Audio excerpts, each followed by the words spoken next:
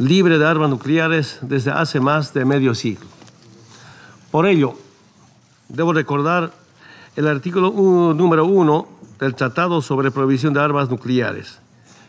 Cada Estado parte se compromete a nunca y bajo ninguna circunstancia desarrollar, ensayar, producir, fabricar y adquirir de cualquier otro modo, poseer o almacenar armas nucleares u otros dispositivos nucleares. Convoco a todos los estados alrededor de esta mesa a suscribir, ratificar y poner en efecto inmediato estas disposiciones. Esa es la mejor manera de evitar la catastrófica posibilidad del uso de este tipo de armas.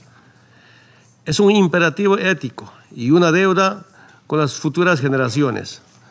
Hermanas y hermanos del mundo, los Estados miembros del sistema de Naciones Unidas estamos obligados a cumplir con los postulados esenciales de la Carta de 1945, sobre todo el de resolver las controversias internacionales mediante el uso de mecanismos de solución pacífica. En ninguno de estos cabe el uso de armas de ningún tipo. Al contrario, es la negociación, la diplomacia, el diálogo y el arreglo judicial los que deben orientar la actuación de los países. Bolivia está convencido de que solamente a través de estos medios lograremos sociedades más justas y con responsabilidades compartidas. Tenemos que ser capaces y dejar en el pasado el primitivo uso de las armas entre los pueblos. Debo destacar como ejemplo la contribución de la Corte Internacional de Justicia, principal órgano jurisdiccional del sistema de Naciones Unidas, en la efectiva resolución de disputas entre estados en diversas latitudes y por diferentes situaciones. Hermanas y hermanos, estamos convencidos de que es imprescindible debatir no solo sobre los efectos, sino sobre todo acerca de las causas estructurales de los conflictos bélicos, sobre las verdaderas motivaciones de los quebrantamientos de la paz, la seguridad y la justicia internacionales. Tomemos como ejemplo Irán, país al que se ha hecho referencia en la mañana de hoy. En 1953, Estados Unidos financió, organizó y ejecutó un golpe de Estado en contra de un gobierno democráticamente electo, que en ejercicio de su soberanía nacionalizó su petróleo de manos de una empresa anglo-estadounidense. Después, por varias décadas, apoyaron un gobierno autoritario que permitía que las ganancias del petróleo beneficien a empresas transnacionales. Esa situación se vivió hasta la Revolución de 1979. Ahora que Irán ha retomado el control de sus recursos, es nuevamente víctima de asedio estadounidense. Bolivia rechaza categóricamente las acciones unilaterales impuestas por el gobierno de Estados Unidos en contra de Irán. Asimismo, condena el hecho de que Estados Unidos se haya retirado del Plan de Acción Integral Conjunto, utilizando excusas para continuar con su política de injerencia e intervención en los asuntos internos de ese hermano país. Hermanas y hermanos del Consejo de Seguridad, nos referimos a la región de Oriente Medio,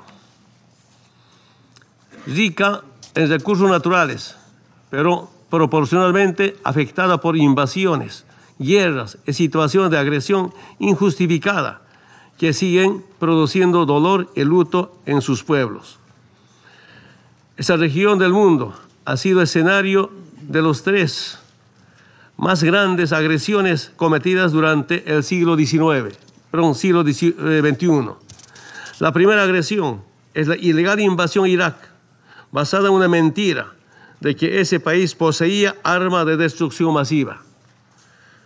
Esa invasión produjo más de 1 millón de muertos. La segunda agresión es la desde el derrocamiento del gobierno de Libia, con decenas de miles de muertos, con la excusa de razones humanitarias.